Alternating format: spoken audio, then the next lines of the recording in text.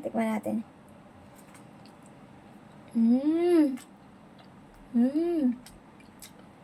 Sarap.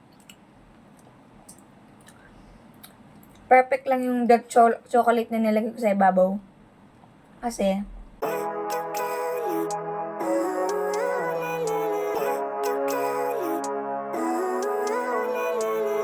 living life every day, late at night, not okay.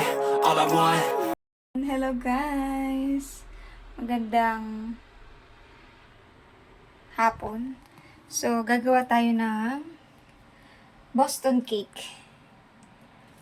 Umalis ni mga amo ko. So, ma-alone ako ngayon dahil nasa bakasyon sila ngayon. Start today. Kakaalis lang nila this afternoon.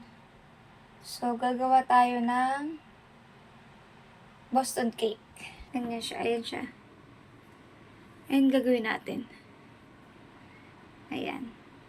Gayahin natin yan. So, meron na ako dito egg yolk. Tatlo yung, apat yung nasa recipe, pero tatlo lang yung gagawin ko. Tapos, 1/4 cup of, what do you call this? All-purpose flour. Tapos, white sugar.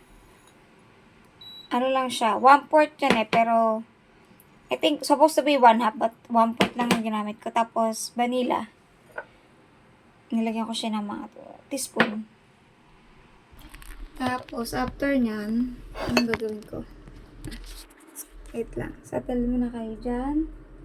Tapos, papanoorin natin. Nakalimutan ko na eh. So, nakita ko lang to nakaraan. Last Sunday, diba? Ito nga yung pinamili ko. Ito yung shinap ko last Sunday. Hindi na ako bumili ng biscuit. Ng biscuit. Yung kinakain ko ng breakfast. So, gagawa na lang ako ng ganyan. So, yun nga. Lalagay na yung asukal. Panoorin natin. 1 teaspoon ng salt at 1 cup Marinig nyo na lang. sugar. Pwede nyo bawasan yun kung medyo ayaw nyo ng matamis. Haluin and then ilagay natin yung kalahati ng lata ng Lagyan evaporated natin ng milk. evaporated. 365 ml, kalahati. So, kalahati lang daw. So, magtitira ako para sa cracker ko. Actually, hindi ko siya lalahatin kasi hindi ko, tatlong ano lang to egg eh. Tingnan natin.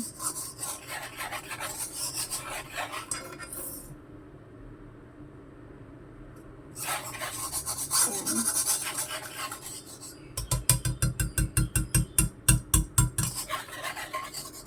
Tsura niya.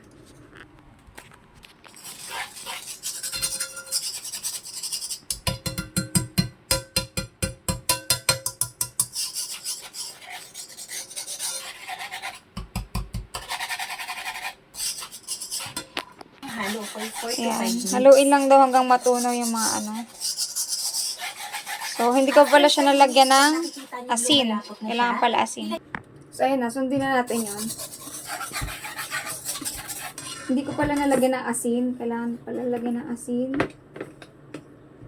Ano lang. Pinch of salt lang naman. Para pang balance yan, diba? So, ayan. Hinahalo ko pa rin siya. So, napanood ko na siya. So, tingnan natin. So, isasalang to eh. Luluto ito sa apoy. For 2 minutes hanggang malapot na siya. Buksan natin siya. Apoy.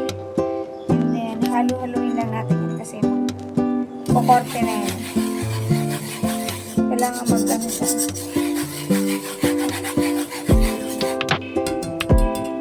So, after niya, lalagyan natin yung butter. Ano na siya. Ubo na siya. Try na ako yung apoy. Tingnan. Just make sure na maluluto yung number 2 lang.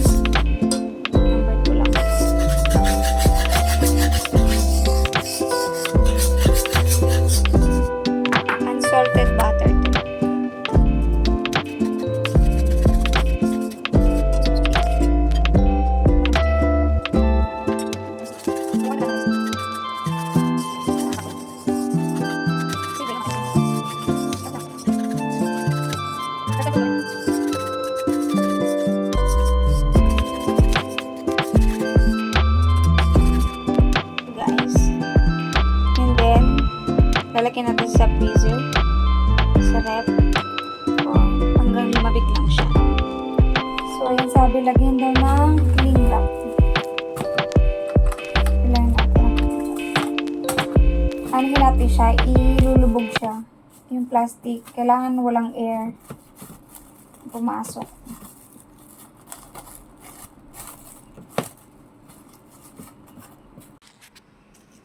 Antay lang natin siya lumamig. Guys, welcome back to me. So, lumamig na siya, nag-cool down na siya. Parang mainit pa rin, no? Pero I think okay naman na to. Tapos, haluin lang siya uli. Ang bango na niya. Actually, ano na siya, nag-warm naman na siya. Hindi naman kailangan na sobrang malamig. So, pero ilipat ko siya sa malaki kasi parang ang liit yung lalagay ko. So, ayan, ang itsura niya. So, haluin natin siya. Tapos, ilalagay natin yung all-purpose cream. Pero, ang gagamitin ko lang neto is yung kalahati lang niya. Kasi yung kalahati, gagawin ko siya ng yung parang pinaka-toppings na chocolate. Lagay na natin. Kalahati lang. Tapos yung half, nilagay ko sa pang-topping ko mamaya. So, ayan, tsura.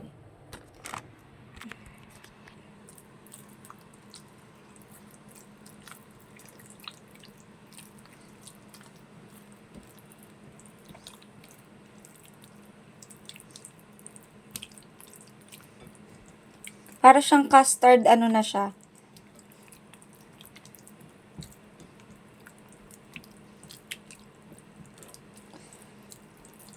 Parang parang ito nga. Parang gumagalaw-galaw siya.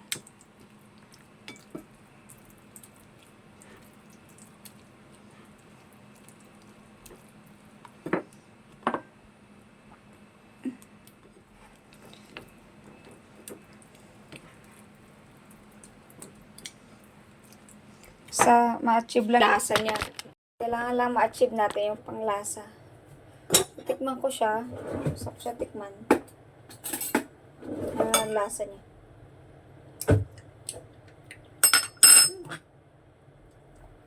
Ayun na.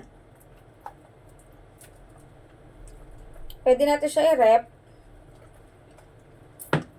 Or hindi na. Ayan. Tapos ito na yung graham natin. Makita niyo. Graham. I-ano na natin siya.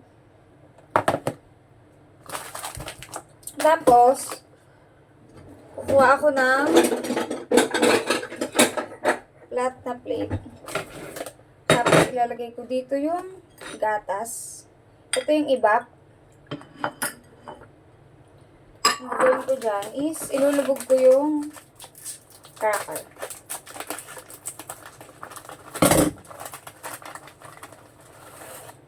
So, ayan. Lubog natin siya. Para, kasi, dry yung natin, di ba? Yung ating, dry siya. So, kailangan at least masuk na natin sa milk yung para lumambot na siya.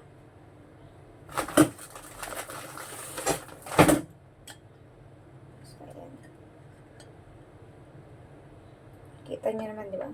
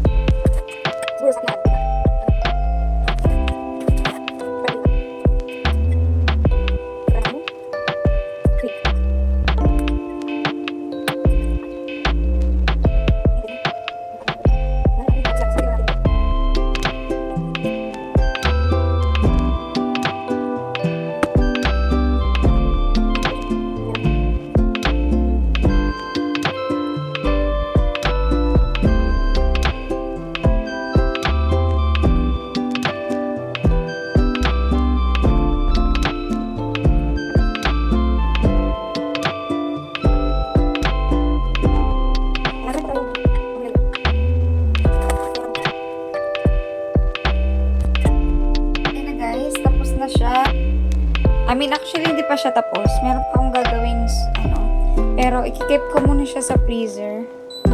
Saka natin siya lalagyan ng toppings. Ayan na yung all-purpose cream na natira kanina.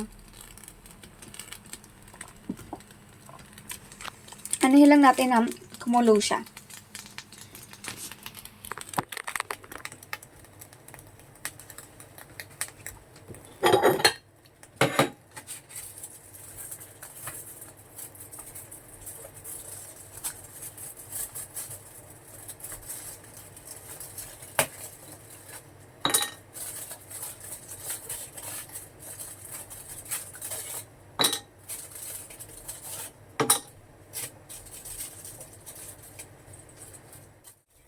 Hindi ko alam kung kakasya tong chocolate ko. Kasi napaka-konti lang niya.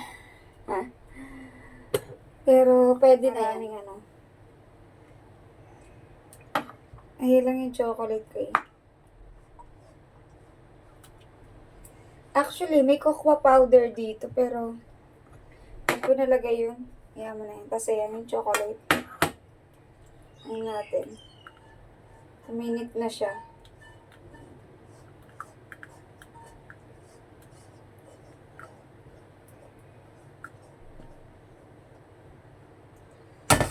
Yan, tapos, haluin lang natin siya. Hanggang matunaw yung chocolate. Ayan, tunaw na siya.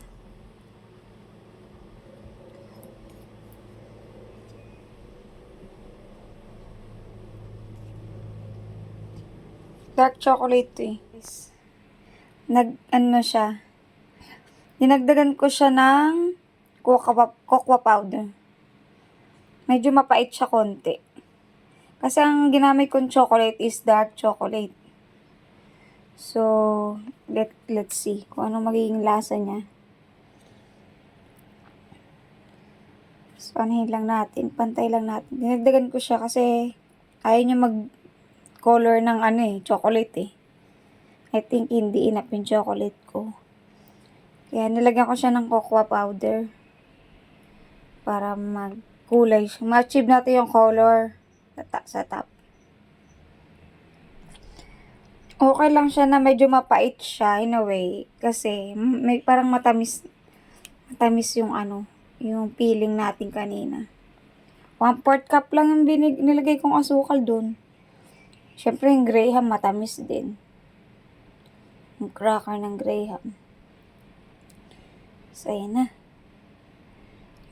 Ay, sira na. Sayang kasi yung chocolate. So, ayan. Ayan, tapos i-freezer na natin siya. Ayan yung layer niya. Di ba nice? Diba? Malaman natin yan tomorrow o kaya mamayang gabi, no? Guys, welcome back to me. Tapos ka na maluto yung yung ginawa ko kanina, di ba? So, natikman ko na siya, actually. Ayan na yung tsura niya. Natikman ko na siya. Para for clip. So, ito nga, ipapakita ko na sa inyo yung tsura niya. Upload natin to sa YouTube. So, pakita ko sa inyo yung kinalabas. Nilagay ko siya sa freezer para talaga siya. Maganda tinan niyo. Di ba? Ayan. Yung natin. Nilagyan ko kasi siya ng ng natirang itong Graham. Kaya ganyan yung kulay niya. Pero dapat may chocolate siya sa ibabaw. Dark chocolate. So, medyo mapait yung ibabaw niya kasi dark chocolate yung yung talagang dark talaga yung ko na mapait talaga. Parang 100% na cocoa. So, bagay siya kasi kahit 1/4 lang nilagay kong asukal dito, 1/4 cup lang yun. Unti lang yun eh. Buti lang binawasan ko kasi matamis pa rin. Kasi syempre yung cracker, matamis din. Yung gatas, di ba medyo matamis din naman yun. Pero ayan, masarap. Pwede kong gawin. First time ko itong gumawa. Ang ganito. Hap. Ito yung first night na ako lang magsalang dito sa bahay.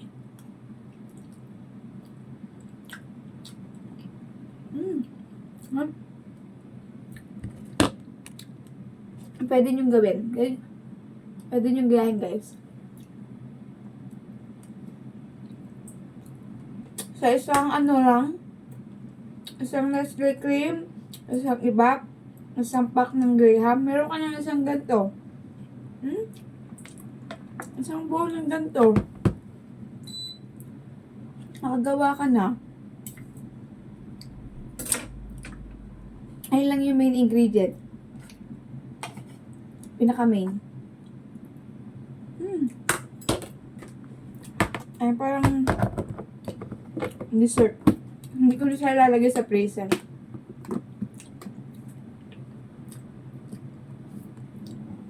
Nilagay ko na siya sa freezer kasi gusto ko siya kainin. Agad. Ayan. Lagay ba na sa freezer? Lagay ka mo sa freezer. Baba ko na lang mamaya. Harap. Hindi siya nakakaumay. Hindi siya ganun katamis. Kasi may balance siya ng dark chocolate. So, ayan. Ang ulam ko ngayon, dinner ko, mag-air fry na lang ako ng manok. Kasi, walang toyo. Diba, kung magluto sana ako ng adobo sana. So, wala ng toyo sa bahay. Naubos lang ngayon. Bukas, bibili ako bukas. Lalabas ako. Sa akong market. Or, kahit saan lang. Na pwede akong bumili kasi wala naman sila amin. At saka pinayagan naman ako. Pinayagan naman ako lumabas kasi dito, ibigyan na ako ng pambili. Siyempre, kailangan lumabas ako. Saan ako bibili dito? Diba? Bigyan niya ako ng $100 pambili ng toyo. Actually, wala naman masyadong iniwang sa aking paalala o amo ko. Ayun lang, kailangan close lang lagi yung mga door. Especially kung pupunta ako sa kwarto ko sa likod. So, pero tonight, I plan to sleep here. Dito ako matutulog. Kasi may internet dito. So, ayan. Nagsaing pa lang ako. Pero bukas, kahit wala sila, maglilinis pa rin ako. I still a lot of things to do. Siguro, linis ako yung mga... Ayan. Tomorrow.